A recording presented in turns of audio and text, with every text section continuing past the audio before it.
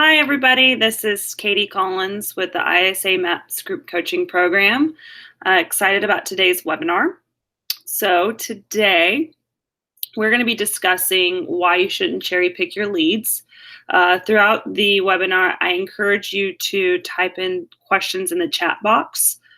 We only have 30 minutes for today's webinar. So, as always, if there's anything specific to your business or any questions that you want more information on, please visit us at our website at ISA Map Coaching and ISA Maps Coaching, and you can schedule a strategy session with any one of our coaches and reach out to us for more information to help you all.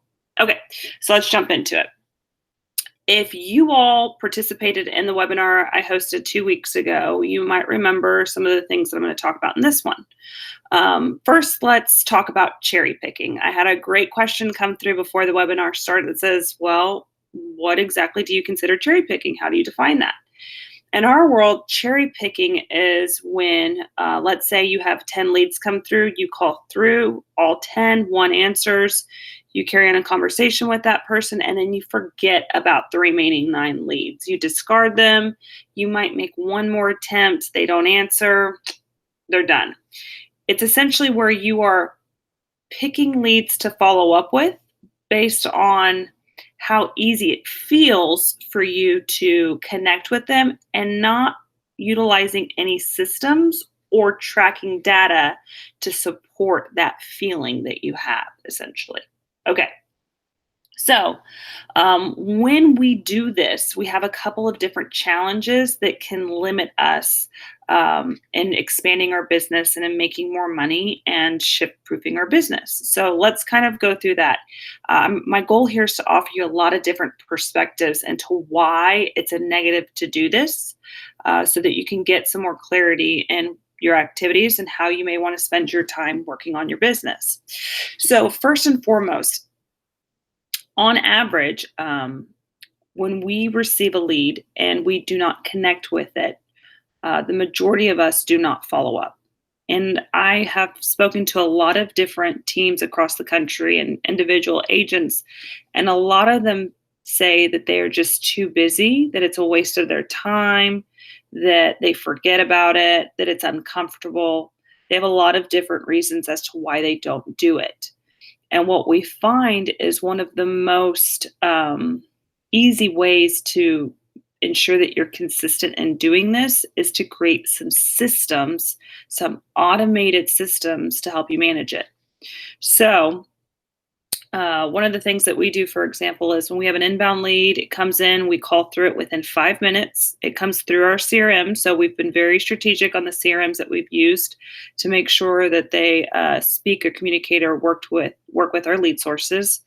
Once it comes in, we're calling them. If they don't answer, we put them in a separate category called qualify.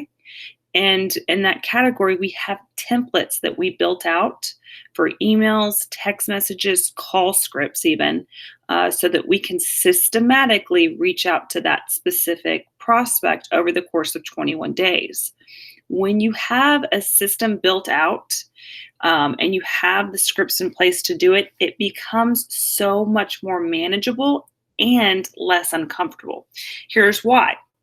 When I go to call my to-dos, all the people that I have calls scheduled for that day that are in the qualify, I don't really know how many times I've called that person. It could be 6 times, it could be 8 times, it could be 20 times. All I know is that it's a number coming through the phone for me to reach out to. And my script's pretty simple. Hey, this is Katie with Ohio Real Estate Group. We have your information in our system that you expressed interest in a home. We want to make sure we're not dropping the ball on our end and answer any questions that you may have and determine what your level of interest is. That way we know if we need to remove you from our list or not. Please give me a call back at your earliest convenience, right? That's just your typical voicemail script right there.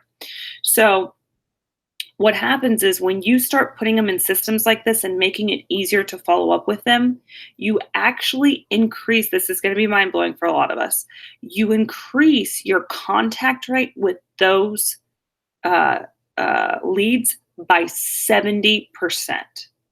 So if you go back to the original number I discussed, 10 leads come in, you take one, you work with it, You forget about all the others because you called them once, maybe you called them none. Not my time. If you actually stick with a follow-up plan instead of just cherry picking one lead, you will talk to 7 out of the 10 leads as opposed to just one. Now, depending on your lead source, your conversion is going to vary, but it could be as high as 50%. So out of those 7 leads, you could actually get another 3 deals, 3.5 deals out of that. So if you were to slow down and implement some systems into following up with leads, not just following up if they don't answer, but also putting in standards around how quickly you respond to them, right? What type of message are we delivering? How can we be more strategic with our time to call the people that haven't answered maybe in the first 2 calls, to increase our contact rate? Maybe it's we're calling on a Wednesday or a Thursday as opposed to a Monday. Maybe it's we're calling between 8 and 9 a.m. or again between 4 and 6 p.m. because those are the 2 highest answer rates in the day. By doing this, you're going to increase your return on investment significantly. Because here's the deal, guys. Here's how you should look at it. You're paying for these leads anyways. You're calling these leads anyways. Why not call them a few more times and get a 70% contact rate? Why not? Right? Especially if you implement systems, it is so much easier. It's less time consuming. You feel less weird about it. It's absolutely 100% manageable if you build in the systems. Okay. So right off the bat, you're increasing your return on investment. Secondly, by doing this, you're also shift proofing your business. So early on, I said, what is cherry picking? It's where you just follow with one, forget about the others, and you make that decision based on a gut feeling and not tracking any data. So along with the systems that you'd build out for follow-up, you should be reporting and tracking what your conversion looks like. And I'll tell you, the more that you work out of your CRM, the easier it can be to track this type of data because you will tag every lead that comes in as its source. These are all my Zillow leads. These are all my HomeLight leads. These are all my Katie's Best Houses leads, ISA Maps leads, whatever, right? Not to name any specific lead sources. And you will be able to see, hey, I spent X amount of dollars. I got this many leads. Of this number of leads, I actually made contact following my system with 70% of those leads or 80% or 10%, right? And then from there, my conversion rate is 80%, 50%, whatever it is. When you actually take the time to systematically follow up and track your data, it gives you such a higher level of insight that you're able to shift proof your business.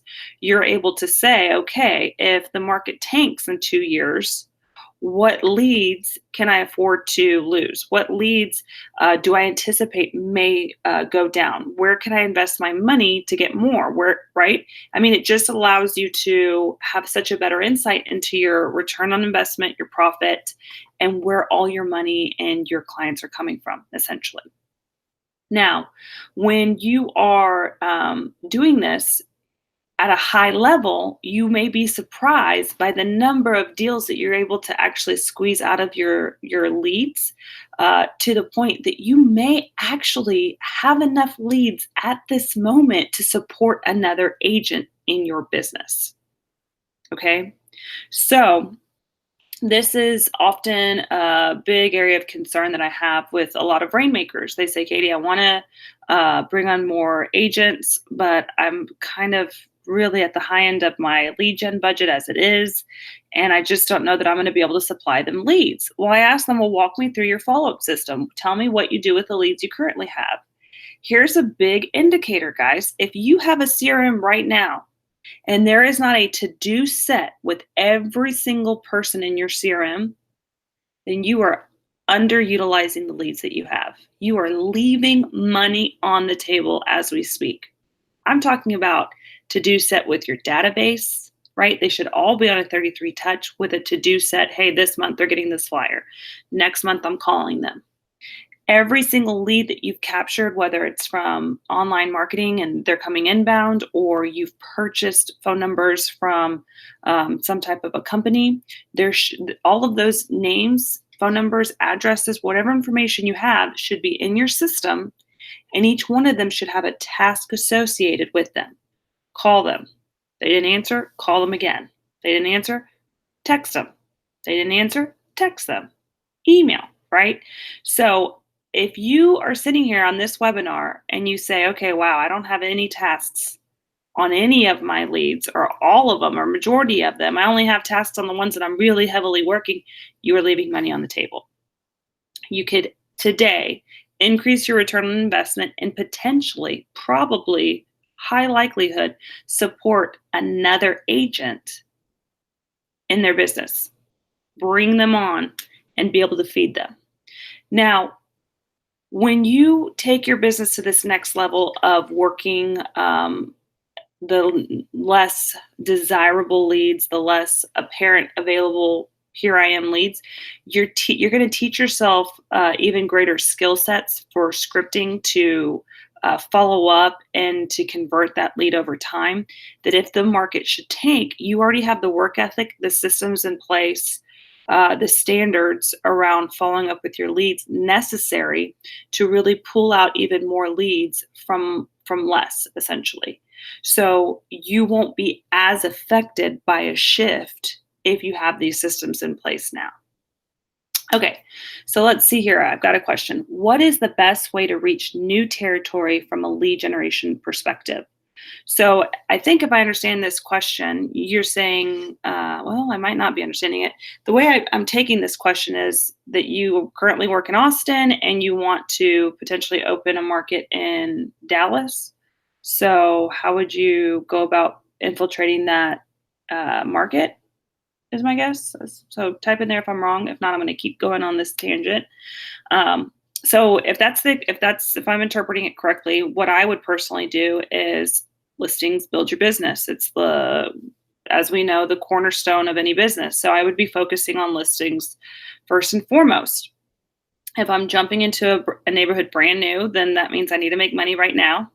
So I'm going to be focusing on the more now business, which tends to be expireds, withdrawals, and for sale by owners.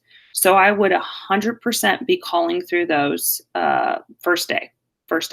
And if I was looking to open a team in that market, I would want to first have a pipeline built of nurtures. So individuals that are motivated to sell within the next 12 months, not committed to a real estate agent and open to working with someone on your team. I have their contact information and they've said, yeah, follow up with me in 3 weeks. I would want to build a pipeline of those nurtures before I put anybody in there, so that they could go knock it out of the park. Let's say you're in a market that's like my market, where now we have very few expireds on a daily basis. Then I would also encourage you to circle prospect. So circle prospect is where you pick a neighborhood and with at least a 6% turnover rate or greater. The greater the turnover rate, the better your chances of identifying a potential seller are.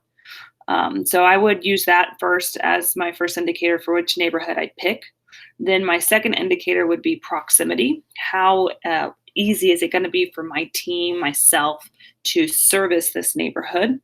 And then the third factor I would consider is price point.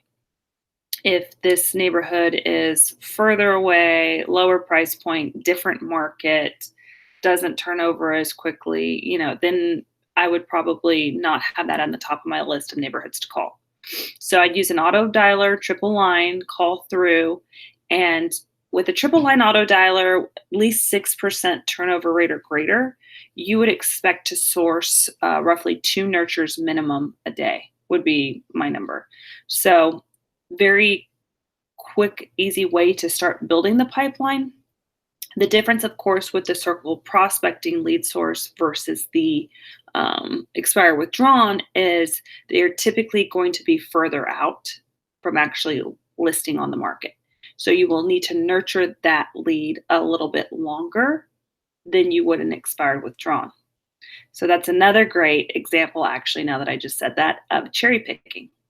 So cherry picking a lead source. If you just called expired withdrawn for sell by owners, right? Because they're quicker to get on the market, and that's where you put all your focus and attention. The challenge is what happens if you enter a market like mine where they all dry up and there's literally like 4 a day, right? So the more you can expand your different lead sources, the more um, defensible you are to being affected by a shift. Okay. So, also some of the benefits too that I'd like to point out with, for example, circle prospecting. Sure, it may take longer, it may take more nurturing to get to the point where they're ready to meet and list, but the upside of this is you have created a relationship with someone that you've been speaking with over the course of 9 months. You've established trust. You've sent them some information here and there to showcase that you're an expert. So when you get to the appointment, you typically aren't competing at a high level the way you would with an expired or withdrawn. And your conversion rate with that lead should be higher. Okay. Do you recommend having a follow-up team so that the lead follow-up doesn't become overwhelming?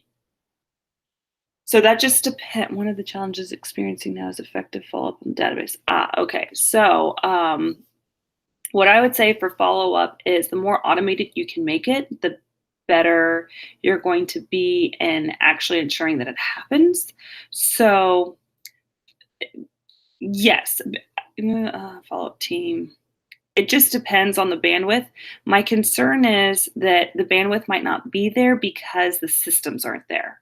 Where if you implement some systems up front, you might be able to leverage your time back to be able to do it effectively. So before investing in the people to do it, I would first look to see if my CRM can do it. Because even if you don't have the systems in place and you hire more people, their bandwidth is going to be smaller than any other person that has good systems. And so you're wanting to get as many leads through and converted as possible to increase your business profitability, return on investment. So I would first look at developing systems within my CRM and automation before hiring somebody. And you might want to hire somebody to help you do that. And that's an option. We had virtual assistants when our CRM couldn't quite do what we wanted to do. We'd hire virtual assistants to help fill that gap. But we've evolved and got a CRM and realized what our pain points were and made sure that we purchased a CRM that would help us with that at a high level. So yeah. Effective following up on database. There's a lot of companies actually that will help you create the content for the database information and be the ones sending it out. So like in Austin, I think the one that we use is called Lone Star Social, and viral marketing, of course, is what we use. So we have leveraged that very what's the word I'm looking for? Background content. So it's like the mailers, the newsletters, that stuff. And what we didn't get leverage out is the actual personal phone calls in the events, because that's where we look to make those connections and get referrals and identify how we can help them with any real estate issues that they might be having at that time. So, okay. Any other questions that we've got on cherry picking leads? Okay, so not yet. Okay, so what I'll say too is a lot of times when you step back and you look at leads in general, seller versus buyer,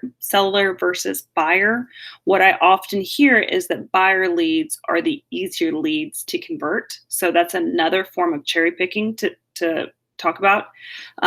Typically, buyers, as you know, are excited about buying. They're telling people, friends and family, that they're looking. They're all over the internet searching. They never watched so much HGTV in their life and have a Pinterest board of what they're going to do when they get their new home, right? And sellers, as you know, are the complete opposite. They're pretty tight-lipped. They don't tell people they're selling. They definitely aren't going to tell their neighbors. Their neighbors typically don't know they're selling until there's a sign in the yard. And it's just a completely different dynamic in terms of working with a real estate agent, right? Buyers at an open house, super friendly, talkative. want to tell you their story, will happily get into a car with you to look at real estate so long as you don't creep them out. And you get to say fun things to buyers like, hey, guess what? You don't pay me, the seller does. So let's go put in an offer. It'll be fun, right? That's a much easier lead to convert than a seller lead where you are essentially interviewing for a job and you have the fun job of telling them their house isn't worth as much. They got to do some work on it. It's not that great. And you got to pay me 6%, right? So when you look at cherry picking leads from that perspective, you would think everybody would be working with buyers. Those are the easiest people to work with. And in reality, we know that sellers dictate the business. And the more sellers you have, the more buyers come, and the more listings you get from the listings you have advertised. So that's another example that, quite honestly, I didn't think about when I started this webinar. I was thinking more about lead flow and distribution. But yeah, that's another example where you shouldn't just focus on the easier ones, because by doing so, you actually make it harder for yourself. You're driving everywhere, whereas the listings, buyers are just going to come to you. So it's another great example. Okay, so guys, if you have some questions specific to your business, if you're not really sure if you're cherry picking or not, we'd be more than happy to look at your numbers and help you develop what your conversion ratios should be and are. So please reach out to sign up for a free strategy session with us. If everything I'm telling you sounds like you need this in your business, then by all means, go to our website and the link, and you can click to sign up for our coaching program where we can dive in specific to your business. And the thing too is the coaching program is not just for ISAs. If any of you all are individual agents on this webinar now, it's really geared towards prospecting. And we just have a lot of experience in the complexities of potentially bringing an ISA on and how that runs. So, okay, I have a zillion questions. How can I get on a one-on-one call? Click the link and you can schedule a time with any one of our coaches. What's your favorite intro script for new expired listings? Do I need to take bold to get the new bold scripts? So I'll tell you, in our coaching program, we have a huge library of scripts. What I tell everyone is the best scripts are the proven scripts that you like. If you don't like a script, you're not going to do it well. There's too many good scripts out there for you to commit to one that feels icky.